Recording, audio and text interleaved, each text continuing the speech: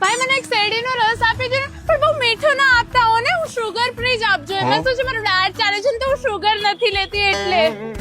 ભાઈ મને કઈક હેલ્ધી નાસ્તો આપો ને, મારા ડાયટમાં ચાલે એવો. એક કામ કરો ને, એવોકાડો સમોસા જ આપી દો. ગરમીમાં આખો દિવસ બસ આમ બાર આટા મારે રાખમ, તારા વાળની હાલત તો જો. હા તો એ તો હું સ્પા કરાવી લઈશ એટલે મારા ફ્રીઝ પાછા સ્મૂથ થઈ જશે. Don't worry mummy. હા મારી પાપાની પરી જા બજી સલૂન ઉડાવો બાપના પૈસા સ્પામાં. હા તો એ તો મારા પપ્પાના જ પૈસા છે ને, હું ગમે ઈ કરું. શું બોલી? હા પણ તો હું શું કરું? હા પણ તો આ 2 મિનિટ વાળું મેજિક માસ્ક લગાવ ને, ખોટો ખોટો સ્પાના ખર્ચા કરસ તો. કયું કેસ મમ્મી?